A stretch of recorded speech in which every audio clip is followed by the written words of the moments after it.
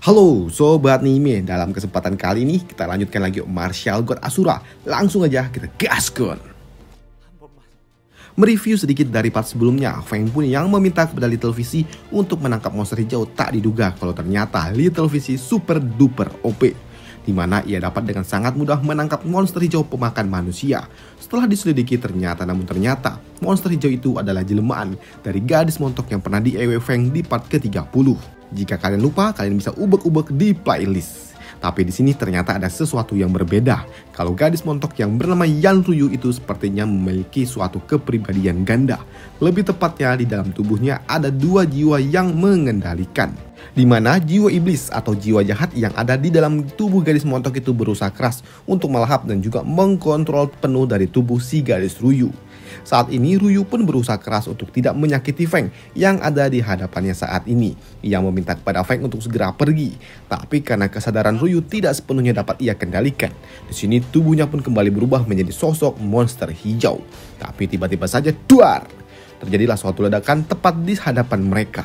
Dan ternyata ledakan besar itu berasal dari serangan yang dilepaskan oleh seseorang, dan orang itu adalah Yao Fei.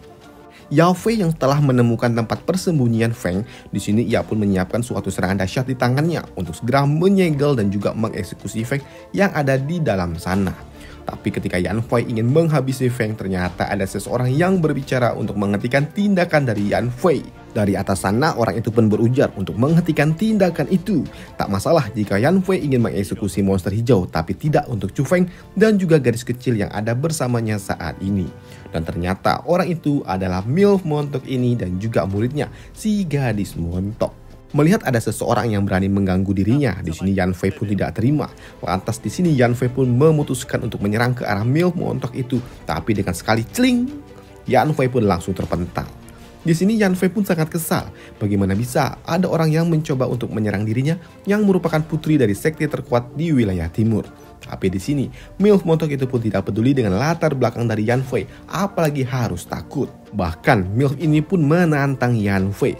Jika Yan Fei dan juga sektenya tidak terima, maka mereka bisa datang langsung ke tempat dirinya, yaitu Lofty Rest. Dan jika Yan Fei tidak pergi dari tempat ini, tidak pergi dari hadapannya, maka MILF ini akan menghajar Yan Fei. Merasa kalau kekuatannya tidak akan cukup untuk dapat mengalahkan MILF itu, di sini Yan Fei pun memutuskan untuk kabur dan akan membalaskan dendam ini karena telah menyinggung dirinya yang merupakan tuan putri.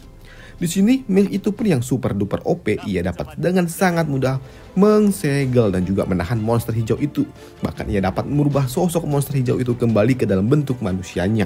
Di sini MILF itu juga berencana untuk segera mengembalikan kesadaran dari si gadis montok Ryu. Di sini dengan sangat sopan, Feng pun langsung mengucapkan terima kasih karena telah menyelamatkan dirinya.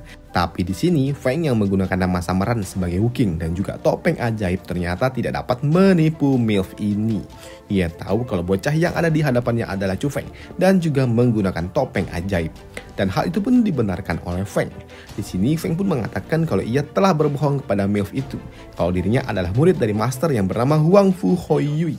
Ia mengatakan kalau sebenarnya pengemis tua itu bukanlah masternya, tapi ia memiliki suatu hubungan juga dengan pengemis tua itu. Dan hubungannya Feng dengan pengemis itu karena pengemis itulah yang membawa Feng saat ia masih bayi ke 9 provinsi.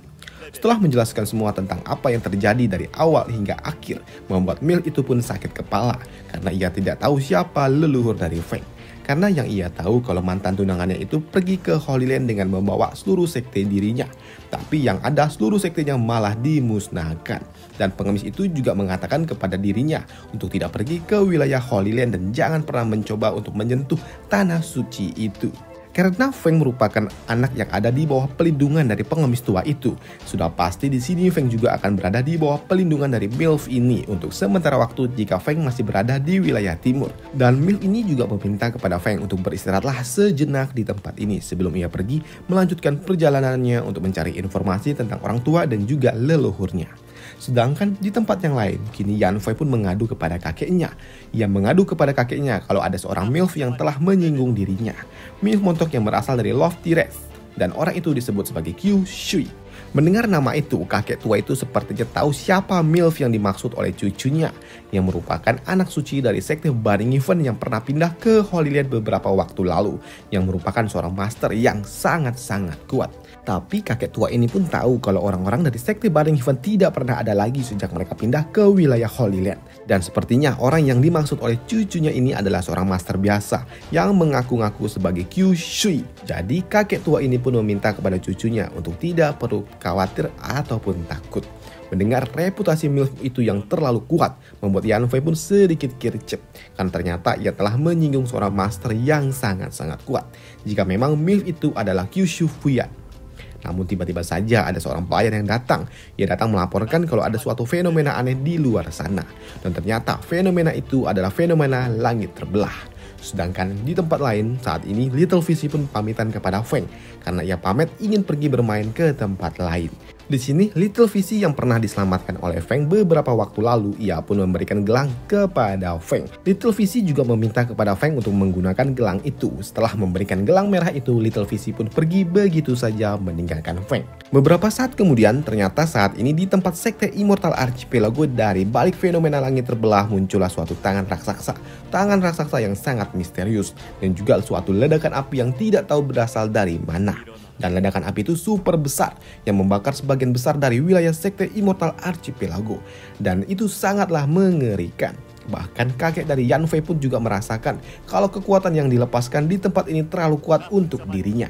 Dan ternyata sumber kekuatan besar itu adalah perbuatan dari Little Visi dalam bentuk tinnya. Dengan tekanan yang diberikan olehnya, ia memaksa Yan Fei dan juga kakeknya untuk berlutut.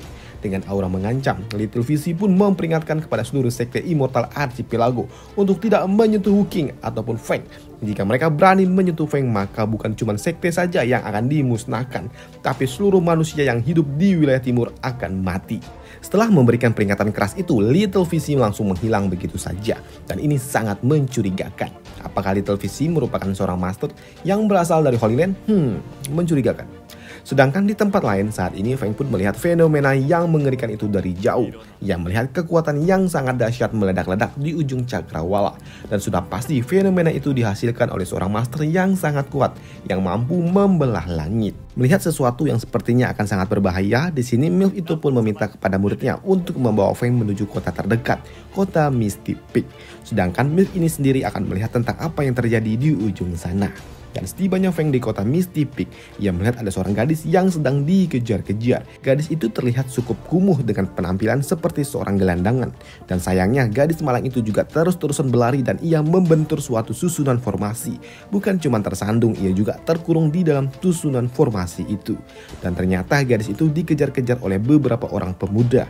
Dan para pemuda itu pun mengatakan kalau gadis itu telah menipu mereka dengan cara menjual suatu lencana palsu. Karena gadis itu terlalu cerewet dan menolak untuk disalahkan karena telah menjual lencana palsu, Doi pun akan dihajar oleh salah seorang pemuda yang telah ia tipu. Tapi beruntung serangan yang diberikan oleh pemuda itu dapat dihindarinya dengan sangat-sangat mudah. Bahkan ia pun berteriak meminta tolong agar dirinya diselamatkan. Gadis ini juga bersedia untuk mengembalikan tanaman herbal yang pernah ia tukar dengan lencana kabut palsu. Tapi di sini pria itu pun menolak untuk menukarnya kembali karena ia merasa dirinya pernah ditipu sebelumnya. Pria kampret ini yang sudah kemakan emosi, ia akan menghajar wanita itu sebagai balasan karena telah menipu. Tapi tiba-tiba saja duar, terjadilah suatu ledakan yang dilakukan oleh Feng. Ledakan itu pun terjadi akibat Feng menembakkan ki miliknya tepat di sebelah mereka. Di sini Feng pun meminta kepada pria itu untuk melepaskan gadis kumuh itu. Karena Feng mencoba untuk ikut campur dengan urusan mereka, di sini rekan-rekan dari pria itu pun mencoba untuk menyerang Feng. Tapi sayangnya hal itu pun tidak berguna karena di sini Feng pun menggunakan susunan formasi untuk melindungi tubuhnya. Bahkan serangan langsung yang dilepaskan itu dapat ditahan dengan sangat-sangat mudah oleh Feng. Pria muda yang bernama Tia Fan, ia pun memutuskan untuk pergi setelah ia beradu tinju dengan Feng. Karena ia tahu kalau Feng ini ternyata cukup kuat walaupun ia hanya berada di ranah martial law tingkat 1. Dan karena Feng telah membantunya, di sini gadis kumuh itu pun langsung memeluk Feng dari belakang. Tapi merasakan kalau tidak ada kepentingan di tempat ini lagi setelah menolong gadis kumuh itu, Feng pun memutuskan untuk pergi. Tapi di sini Feng pun dihalangi oleh gadis kumuh itu. Gadis itu pun juga memberikan Feng lencana yang ia miliki. Dengan lencana kabut ini, seharusnya Feng yang ingin pergi ke Misty Peak tidak perlu lagi mengantri panjang. Di sini, walaupun gadis itu sebelumnya telah menjual lencana palsu, Feng pun tetap memutuskan untuk mengambil lencana yang diberikan oleh gadis itu dan berharap gadis itu tidak akan menipu dirinya karena telah diselamatkan oleh Feng. Dan benar saja, ketika Feng ingin masuk ke dalam Misty Peak di sini, Feng pun dapat masuk tanpa antri. Karena para penjaga pun sangat terkejut, karena Feng ternyata memiliki lencana kabut asli. Dan tentu saja hal itu tidak dapat membuat gadis yang bersama Feng untuk dapat masuk ke dalam Misty Peak juga. Tapi karena gadis itu merupakan murid dari Kui Shifuyan, ia mendapatkan suatu akses khusus. Karena ternyata Kui Shifuyan merupakan orang yang sangat terkenal di wilayah timur. Dan di dalam sana, Feng pun kembali bertemu dengan Kui Shifuyan dan juga seorang master lainnya. Di tempat ini juga, Feng pun melepaskan topeng dan juga kultivasi aslinya. Dan ternyata master inilah yang akan menyembuhkan Ryu, si gadis montok, dari kendali monster yang ada di dalam tubuhnya. Tapi sayangnya ternyata master ini juga tidak cukup kuat untuk dapat melakukan hal itu. Dan master ini juga tahu kalau penyebab Ryu menjadi seperti ini karena telah diewew oleh Feng. Dan untuk mengembalikan kesadaran Ryu, di sini Feng pun harus pergi atau memiliki Martial Marking Immortal Lotus dan hanya dapat ditemukan di Martial Marking Immortal Rim. Dan karena Feng bertekad untuk menyelamatkan Ryu, di sini Feng pun memutuskan untuk pergi ke tempat yang dinamakan sebagai Martial Immortal Rim.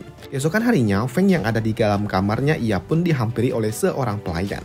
Pelayan pun menghampiri dan menyampaikan kepada Feng untuk meminta Feng ikut pergi bersamanya ke Blessing Palace untuk dapat melihat Martial Marking Immortal Lotus. Sesampainya Feng di tempat itu, ia pun melihat ke sekitar dan merasakan kalau orang-orang yang ada di tempat ini memiliki level kultivasi yang sangat kuat. Paling rendah orang berada di ranah Martial Lord tingkat 2. Dan di tempat ini juga Feng pun yang masih berada di ranah Martial Lord tingkat 1, ia diminta keluar oleh salah seorang kampret yang ada di tempat ini. Hei, mendengar itu Feng pun bertanya, siapa kau? Apakah kau memiliki kualifikasi untuk menghentikanku? Mendengar ada suatu keributan, muncullah seorang kampret lainnya. Kampret itu pun sama seperti kampret yang sebelumnya. Ia meminta kepada Feng untuk segera pergi atau ia akan memanggil seorang penjaga untuk mengusir Feng dari tempat ini tanpa suatu alasan yang cukup jelas. Tapi beruntung keributan yang tidak penting itu berhasil diredam ketika ada seorang gadis yang memanggil Feng dengan nama samarannya, yaitu Wu Qing. Yang memanggil Feng ternyata adalah gadis imut ini yang bernama Chun Wu. Gadis cantik ini yang memanggil Feng yang mengajar Feng untuk segera pergi bersama dirinya. Hal itu pun tentu saja membuat Feng sedikit bingung. Siapa sih gadis itu? Apakah ia mengenaliku? Dan ternyata gadis cantik Chun Wu mengajak Feng untuk melihat Martial Marking Immortal Lotus. Tapi di sini Feng pun merasa sedikit asing dengan gadis cantik itu yang membuatnya pun bertanya, apakah kita pernah bertemu sebelumnya? Dengan sedikit kesal, Chun Wu pun memberitahu kalau dirinya adalah seorang pengemis yang dibantu oleh Feng kemarin sore.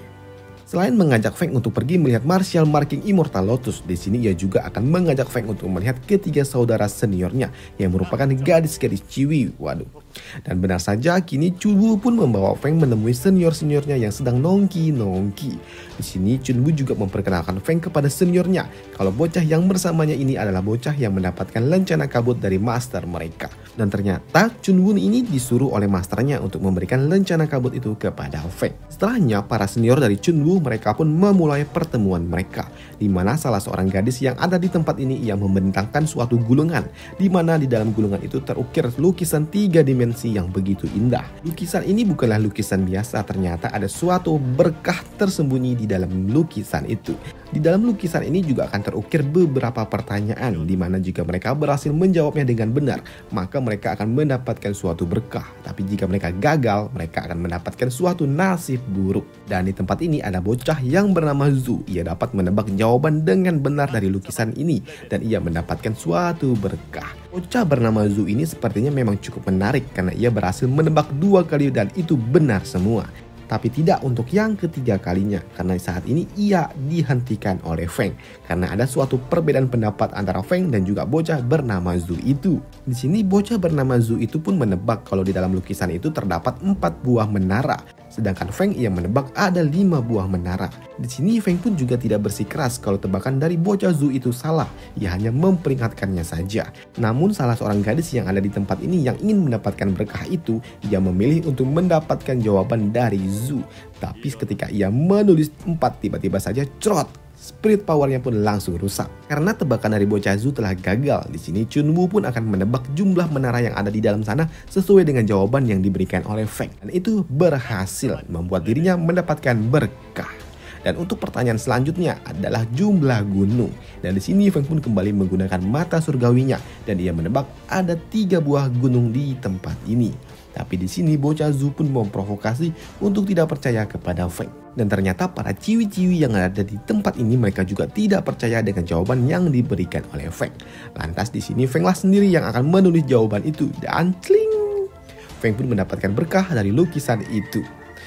Ayam! Dan kali ini karena ini adalah kesempatan terakhir, Feng pun menawarkan kepada seorang gadis apakah ia ingin mendapatkan berkah dari jawaban yang akan diberikan oleh Feng. Yang pada akhirnya setelah ia menimbang ke sana kemari, akhirnya ia memutuskan untuk menerima jawaban dari Feng dan celing, ia pun mendapatkan berkah itu. Di sini karena jatah terakhir dalam mendapatkan berkah telah berakhir, maka para ciwi-ciwi memutuskan untuk bubar acara ini. Dan pada sore harinya, Feng yang sedang santuy-santuy dan berbicara dengan Egi, tiba-tiba ternyata ada seorang ciwi yang menghampirinya. Mereka datang mengundang Feng untuk datang ke dalam acara penjamuan, di mana acara penjamuan itu akan dihadiri oleh beberapa orang master yang ada di tempat ini. Dan pada malam harinya, Feng yang datang ke dalam acara penjamuan itu, ia kembali bertemu dengan murid Zhu. Tapi karena murid Zhu yang melihat Feng dengan tatapan sinis, membuat gadis bernama Chunbu itu pun tidak nyaman dan langsung menegurnya. Di tempat ini juga, seorang master dari Zhu pun yang melihat Feng ada di tempat ini, ia pun bertanya, kenapa ada bocah yang memiliki level kultivasi rendah di tempat ini? Dan kenapa bocah itu juga memiliki lencana kabut? Mendengar itu membuat salah seorang master pun geram dengan Pak Tua itu. Apakah Pak Tua itu meremehkan Nona Piao Miao yang telah memberikan lencana itu? Dan hal senada pun disampaikan oleh Chunwu. Dan di sini Feng pun yang merasa kalau dirinya diragukan oleh seorang master. Ia tidak keberatan untuk menunjukkan kemampuannya agar Pak Tua itu pun paham kenapa ia mendapatkan lencana kabut. Tapi di sini Feng pun juga tidak mau menunjukkan kemampuannya dengan gratis. Ia akan menunjukkan kemampuannya dengan cara bertaruh dengan murid dari Pak Tua itu. Dan di sini Feng pun bertaruh lencana kabut yang ia miliki, yang berarti musuhnya juga harus menaruhkan lencana kabutnya juga. Dan berarti jika mereka yang kalah tidak akan mendapatkan hak untuk masuk ke dalam Martial Marking Immortal Lotus, tempat yang akan mereka kunjungi beberapa hari lagi. Dan kini master tua itu pun menunjuk salah seorang muridnya untuk membuka mulut besar Feng. Dan kini tanpa bertele-tele, seorang bocah yang bernama Di Guang ia akan bertarung melawan Feng. Dan untuk salam pembuka, bocah itu pun langsung menggunakan teknik Flaming Meteor Sword untuk menghajar Feng. Dan untuk memblokir serangan besar itu, di sini Feng pun masih santuy saja. Ia hanya membangun suatu susunan formasi pelindung yang dapat dengan sangat mudah menetralkan serangan dari si bocah itu. Melihat serangannya pembuka dapat dinetralkan dengan sangat mudah, di sini bocah itu pun kembali menyiapkan suatu serangan lainnya dengan cara mengumpulkan seluruh ki miliknya dan akan menyerang Feng dan menghabisinya hanya dalam satu serangan saja. Dan serangan itu pun terlihat seperti pedang yang sangat besar. Dan bam! Ia langsung melepaskan serangan besar itu ke arah Feng. Tapi di sini Feng pun masih santuy-santuy saja karena ia tahu serangan semacam itu tidak akan berarti untuk dirinya. Di sini Feng pun hanya memperkuat susunan formasi yang telah ia bangun dan break. Serangan yang dilepaskan oleh bocah itu pun langsung hancur. Dan di sini Feng pun langsung melakukan counter serangan dengan menggunakan pedang yang mirip dengan serangan yang dilepaskan oleh si kampret itu.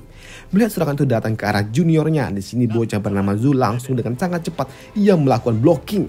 Ia tahu kalau itu akan sangat berbahaya jika juniornya terkena serangan itu secara langsung. Melihat Zhu sepertinya ingin bermain-main, di sini Feng pun tidak masalah. Tapi kali ini pertaruhan tidak akan gratis seperti sebelumnya, di mana saat ini Feng pun meminta Zhu untuk ikut bertaruh nyawa. Dan sebenarnya ini adalah suatu tindakan bodoh karena Zhu berada di ranah martial lord tingkat 3 sedangkan Feng masih berada di ranah martial lord tingkat 1. Dan di sini Zhu pun dengan sangat mudah ia mengeluarkan kemampuannya yang terlihat seperti matahari dalam bentuk kecilnya, tapi tetap dengan ledakan ki yang begitu kuat di dalamnya. Melihat serangan yang lebih kuat daripada serangan yang diberikan oleh lawan yang sebelumnya, di sini Feng pun tidak tinggal diam karena ia tahu ini cukup berbahaya. Dan kini Feng pun kembali memasang susunan formasi pelindung. Dan untuk kali ini Feng pun tidak akan cuma bertahan. Kali ini ia akan melakukan counter dengan cara melepaskan teknik formasi menyerang. Tapi mengingat Zhu yang sudah berada di ranah martial lord tingkat 3, serangan sederhana itu tidak akan cukup kuat untuk dirinya. Melihat Zhu sepertinya telah mulai serius dengan cara mengeluarkan senjata elitnya dan langsung menerjang Feng, di sini Feng pun melakukan hal yang sama. Mereka yang saling berhadapan satu sama lain dalam jarak yang cukup dekat dan saling beradu kekuatan duar menimbulkan suatu efek ledakan yang sangat besar. Feng yang tahu kalau lawannya cukup kuat, ia langsung menggunakan teknik Black Tortoise-nya dan langsung bergegas dengan sangat cepat dan trot berhasil menebas bahunya Zhu. Di sini Zhu pun tidak terima, lantas ia pun memakan suatu pil haram untuk dapat membuat kekuatannya lebih kuat lagi. Dan benar saja, ketika Zhu memakan pil haram itu, kini tubuhnya pun langsung dilapisi oleh energi Qi yang begitu kuat. Dengan memakan pil haram itu, di sini Zhu pun sangat percaya diri dapat mengeksekusi Feng hanya dalam satu serangan besar saja. Tapi di sini Feng pun tetap santuy-santuy saja, karena Feng tahu ia memiliki skill rahasia. Feng kali ini pun ia menggunakan teknik White Tiger miliknya. Begitu Zhu melepaskan teknik Sky Breaking Sword, di sini Feng pun melakukan counter dengan cara melepaskan teknik White Tiger-nya dan duar. Terjadilah ledakan super besar kembali terjadi di udara dan BAM! Dan dari balik asap itu muncullah Feng sembari menyeret tubuhnya Zhu. Tapi di sini Zhu yang belum tewas membuat adiknya pun mencoba untuk menyelamatkan kakaknya. Tapi begitu ia mendekat, BAM! Ia langsung dihajar oleh Feng. Zhu yang melihat adiknya dihempaskan oleh Feng malah mengancam dan memprovokasi Feng. Hal itu pun membuat Feng langsung memijak kepalanya Zhu karena ia tidak sadar dengan keadaannya saat ini. Melihat kedua muridnya dipermalukan oleh Feng membuat master dari dua orang bocah itu pun langsung melepaskan serangan ke arah Feng. Di sini Feng pun juga tahu kalau dirinya tidak akan cukup kuat untuk melawan seorang master seorang diri, dan hal itu pun hanya dapat membuat Feng bertahan di balik skill rahasianya. Tapi serangan itu pun tidak berlangsung lama karena Pak Tua itu pun langsung dihadang dan coba dihentikan oleh para ciwi-ciwi seksi. Tapi karena master itu terlalu kuat untuk para ciwi-ciwi, ia lalu mengeluarkan pedangnya dan mengayuhkannya yang membuat suatu ledakan api di sekitarnya yang membuat para ciwi-ciwi itu langsung terhempas. Tapi serangan yang dilepaskan oleh master tua itu pun langsung diblokir oleh seorang master lainnya yang tiba-tiba saja datang. Dan ternyata master itu adalah Milf Kyushui. Milf Kyushui yang dikatakan sebagai pengganggu membuatnya pun geram dan ia langsung melepaskan ki miliknya. Dan barulah Pak Tua itu pun sadar kalau ternyata Milf Kyushui itu terlalu kuat untuk dirinya. Karena ternyata Milf itu berada di ranah Martial King. Di sini Pak Tua itu pun tahu kalau dirinya tidak akan cukup kuat untuk dapat mengalahkan Milf itu. Dan tentunya Feng yang berada di bawah pelindungan dari Milf itu. Lantas Pak Tua itu pun memohon agar Feng mengampuni nyawa dari dua orang muridnya. Sembari bersujud, ia memohon kepada Feng. Tapi ternyata alasan Pak Tua itu melakukan tindakan terhina itu hanya karena ia ingin menyelamatkan anak-anaknya agar anaknya tidak mati. Dan ternyata dua orang bocah itu adalah anak kandungnya. Dan Zhu sendiri juga tidak tahu kalau ternyata ia adalah bapaknya. Masterku adalah bapakku. Waduh. Tapi di sini Feng pun tetap tidak peduli. Ia tetap akan mengambil nyawa dari para bocah kampret yang telah kalah dalam pertaruhan mereka. Tapi mengingat Pak Tua itu sepertinya memiliki pedang yang cukup OP, lantas Feng pun mulai juga tuh. Yang pada akhirnya Feng pun menukarkan nyawa dari dua orang bocah itu dengan pedang milik Pak Tua itu. Karena sebenarnya pedang yang digunakan oleh Pak Tua itu jauh lebih kuat. Andai saja Pak Tua itu pun tahu cara menggunakannya secara maksimal. Dan ternyata Egi lah yang menyarankan itu kepada Feng karena ternyata Egi tahu kalau pedang yang digunakan Pak Tua itu sepertinya sangat istimewa.